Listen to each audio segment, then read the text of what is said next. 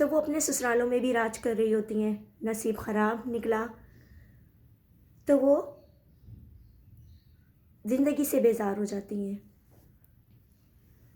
باپ کے دل کی ملکہ ہوتی ہے ایک بیٹی، ذرا سی تکلیف، ذرا سی چوٹ ماں باپ اپنی اولاد کی برداشت نہیں کر پاتے۔ وہی بات آ جاتی ہے نا کہ ماں باپ اتنے لاڈ پیار سے پالتے ہیں، سب کچھ کرتے ہیں، لیکن ساری بات آ کے نصیب پر ختم ہو جاتی ہے۔ ہم یہ سوچتے رہتے ہیں یار ہم نے تو اتنے پیار سے اتنی محبت سے اپنی بچی کو پالا ہے، اتنا سب کچھ کیا، آگے جا کے نیکسٹ گھر میں اس کا کیا بنے گا، کیا ہوگا۔ خیر آج کل تو والدین بہت اپنی بچیوں کو اچھا پڑھا رہے، لکھا رہے، سب کچھ کر رہے، لیکن نصیب کے آگے کوئی کچھ نہیں کر سکتا، کیونکہ یہ اوپر والے کی ذمہ داری ہے۔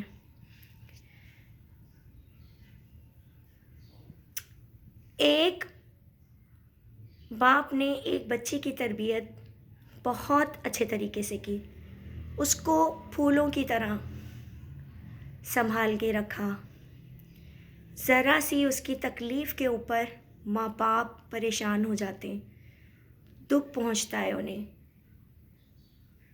خوب محبت دی، سب کچھ کیا، وہ بچی جوانی کی دہلیز میں قدم رکھ دیتی ہے، اس کی شادی ہو جاتی ہے، بہت زیادہ چھان بین کی گئی، دیکھا گیا، بھالا گیا، سب کچھ کیا گیا، ہر جگہ سے خبر آئی لڑکا بہت اچھا ہے، بہت شریف ہے، ماں باپ اپنی پھول جیسی بچی اس کے حوالے کرتے تھے، شادی ہو جاتی ہے، شادی کے بعد لڑکی اپنے گھر کی ہو جاتی ہے۔ اب کسی وجہ سے، کسی بھی وجہ سے، کوئی بھی وجہ ہو سکتی ہے، اس کے شوہر کی اس کے ساتھ نہیں بنتی، یا وہ بچی اپنے سسرال میں پریشان رہتی ہے، یا وہ بچی کسی بھی دوسری وجہ سے وہ کام بھی کر رہی ہے سسرال والوں کے، سب کی خدمتیں بھی کر رہی ہے، صرف وہ اپنے شوہر کے دل پہ حکومت نہیں کر پا رہی۔ کیوں؟ کیونکہ اس کے شوہر کا رجحان کسی دوسری طرف ہے، آپ نے شادی کرا دی، آپ کا کام ختم ہو گیا۔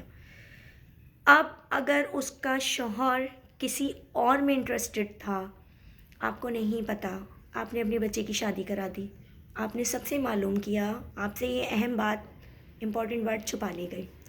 فرض کریں کسی بھی وجہ سے اس بچی کا شوہر اس کو ایکسیپٹ نہیں کرتا، وہ مار بھی کھا رہی ہے، وہ ہر کام وہ کر رہی ہے جو اس نے کبھی اپنے میکے میں دیکھا بھی نہیں تھا، اپنے والدین کے گھر میں دیکھا بھی نہیں تھا، اور باتیں بھی برداشت کر رہی ہے، سب کچھ کر رہی ہے، آخر چیز پہ اس کا حل آ کے نکلتا ہے، اس کا شوہر اس کو اپنے گھر میں رکھنے کو تیار نہیں ہوتا، تو وہ بچی اس وقت کیا قدم اٹھائے، کہاں جائے، کس کے در پہ جا کے رہے گی؟ اس کا تو کوئی ہے ہی نہیں دنیا میں اس کے ماں باپ کے علاوہ،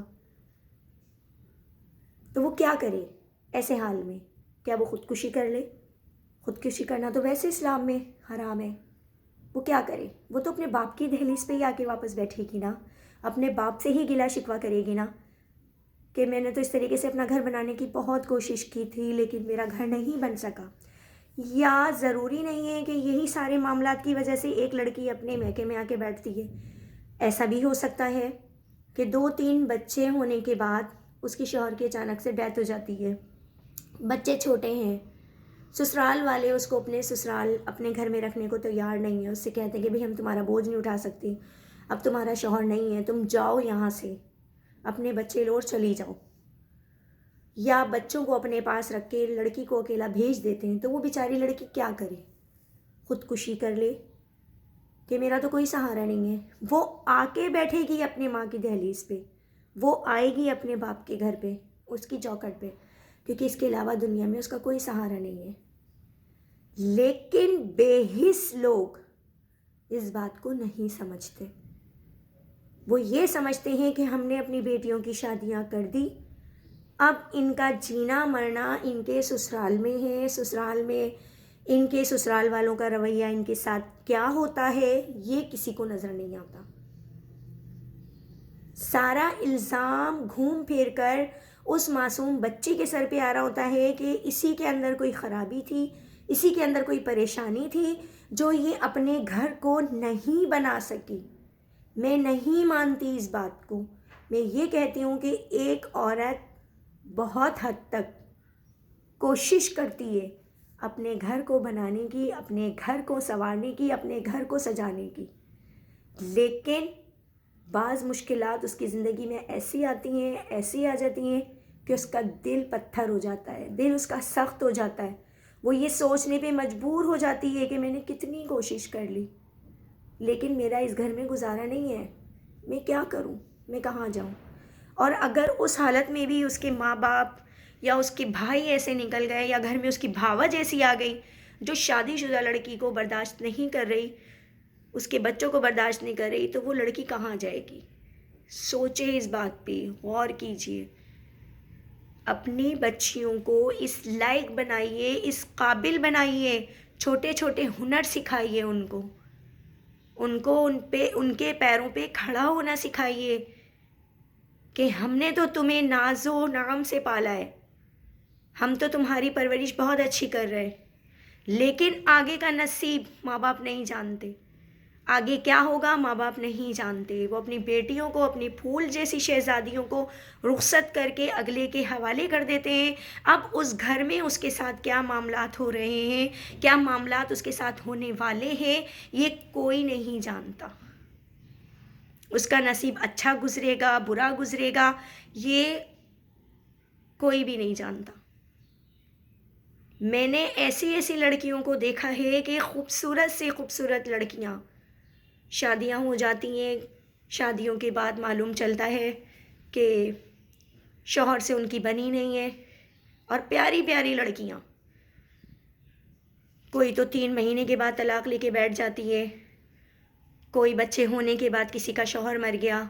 بہت سارے ایسے معاملات ہو جاتے ہیں جن کی وجہ سے لڑکیاں اپنے میکے آ کے بیٹھ جاتی ہیں.